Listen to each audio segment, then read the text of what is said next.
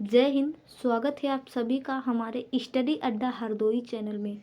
आज की इस वीडियो में हम जानेंगे नार्को टेस्ट के बारे में।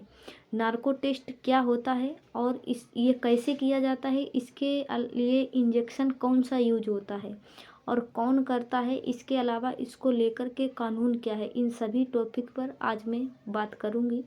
आगे बढ़ें उससे पहले चैनल को सब्सक्राइब कर लें। अभी तक वीडियो शेयर नहीं किया है तो शेयर कर लें। आप सभी लोग जानते हैं दिल्ली में एक केस हुआ है, श्रद्धा मर्डर केस। इस केस को लेकर के मीडिया भी बहुत ज़्यादा जोश में है और हम सभी लोग भी बहुत परेशान हैं। और इस केस में हमने देखा है अभी तक पुलिस ठीक से इस केस को सुलझा नहीं पाई है। कारण ये है कि अभी तक उस श्रद्धा के लाश के टुकड़े अभी तक मिल नहीं पाए हैं। जब तक कि उसके लाश के टुकड़े मिल नहीं पाएंगे तब तक कानूनी कार्रवाई ठीक तरीके से नहीं हो पाएगी। तो इसके लिए नार्को टेस्ट किया जा रहा है। तो उसी नार्को टेस्ट के बारे में हम जानेंगे कि आखिर ये नार्को टेस्ट होता क्या है, नार्को टेस्ट क्या है। आज का पहला प्रश्न यही है। तो नार्को टेस्ट एक ऐसी चीज़ है जिसे आम भाषा में हम जो आम नॉर्मल भाषा उपयोग करते हैं, इसमें समझें तो अपराधी हो या आरोपी हो, उस व्यक्ति से आप कैसे सच उगलवा सकते हैं, कैसे उसको सच उगलवाया जाता है, इसी को हम नार्को टेस्ट कहते हैं।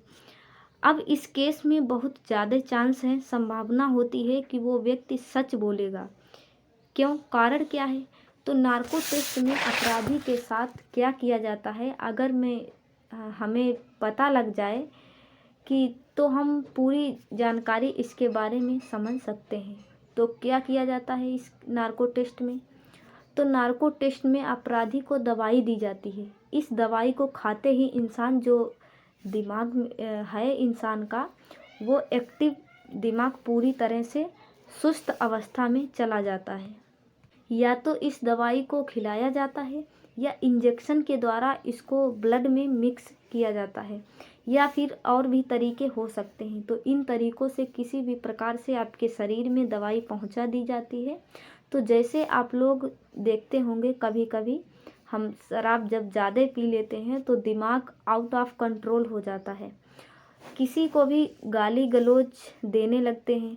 और कभी कभी आपने एक बात और सुनी होगी कि हम लोग जैसे बोलते हैं ना, शराबी है सच बोलेगा झूठ नहीं बोलेगा। वो इसलिए नहीं बोलेगा, अगर थोड़ी कम पिएगा तो इसका दिमाग ज़्यादा काम करने लगेगा।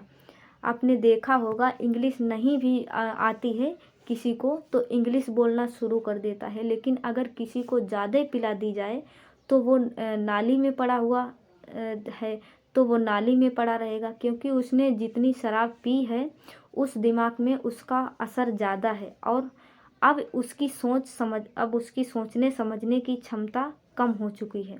अब ऐसी कंडीशन में वो तर्क नहीं कर सकता है, एनालाइज नहीं कर सकता है चीज़ों को अच्छे से। तो ऐसा ही बिल्कुल उपयोग किया जाता है नार्को टेस्ट में। ऐसी ही दवा दे करके आपके दिमाग को इतना सुस्त कर दिया जाता है कि आपको ऐसा लगता है कि हमें नींद आ रही है, लेकिन आपको सोने भी नहीं दिया जाएगा। लिमिट के हिसाब से सारी चीज़ें की जाएंगी, कहीं ज़्यादा डोज हो गई है या कम तो नहीं है। अगर कम रह जाएगी तो आप सच नहीं बोलेंगे, अगर ज़्यादा हो गई तो आपको नींद ज़्यादा लगेगी, फिर कुछ नहीं उगलवा सकते हैं, उससे बुलवा सकते हैं सच्चाई या झूठ। और अगर कम है तो उसको तो वो गलत जवाब देगा, सच बोलेगा ही नहीं, क्योंकि जो आपका दिमाग है वो आपके हाथ में होगा।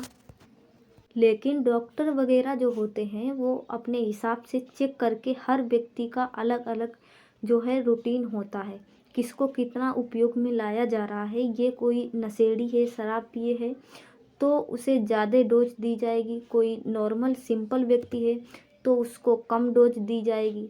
ये सारी चीज़ें होती हैं। तो इसके दिमाग में जो जानबूझकर इसके दिमाग को सुस्त किया जाता है कि वो व्यक्ति सच बोले। यहाँ पर जो इंजेक्शन यूज किया जाता है वो सोडियम पेंथोथल नाम का इंजेक्शन दिया जाता है। इस इंजेक्शन का उपयोग किया जाता है, इसी को ट्रथ ड्रग भी बोला जाता है। अब इस नार्को टेस्ट को करता कौन है? क्या डॉक्टर करते हैं या फोरेंसिक एक्सपर्ट करते हैं?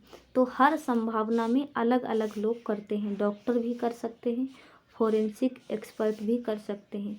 तो यहाँ केवल दवा देने से संबंधित होगा तो डॉक्टर कर देंगे, लेकिन इंजेक्शन देने के बाद जो सवाल जवाब होंगे वो फोरेंसिक एक्सपर्ट करेंगे। फिर जांच अधिकारी आते हैं और जांच के लिए पूछताछ करते हैं। बाद में फिर मनोवैज्ञानिक का जो काम होता है वो आते हैं, दिमाग को उनको पढ़ना होता है कि असंतुलित होता है तो उसका एग्जामिंग करना, सारी चीज़ें फिर कौन करते हैं, तो मनोवैज्ञानिक करते हैं। इस दौरान जो व्यक्ति सोच रहा होता है उस सोच रहे व्यक्ति से सवाल जवाब, घटनाक्रम आदि के बारे में पूछा जाता है। इस दौरान व्यक्ति में तर्क क्षमता काफ़ी कम हो जाती है। ऐसे में उससे सच उगलवाने की गुंजाइश बढ़ जाती है, क्योंकि अगर व्यक्ति का दिमाग ही सेंटर में नहीं होगा तो वो उससे उगलवा सकते हैं आप। लेकिन ऐसा नहीं है, 100% ऐसा होता है। कई बार ये फेल भी हुआ है ये मामला।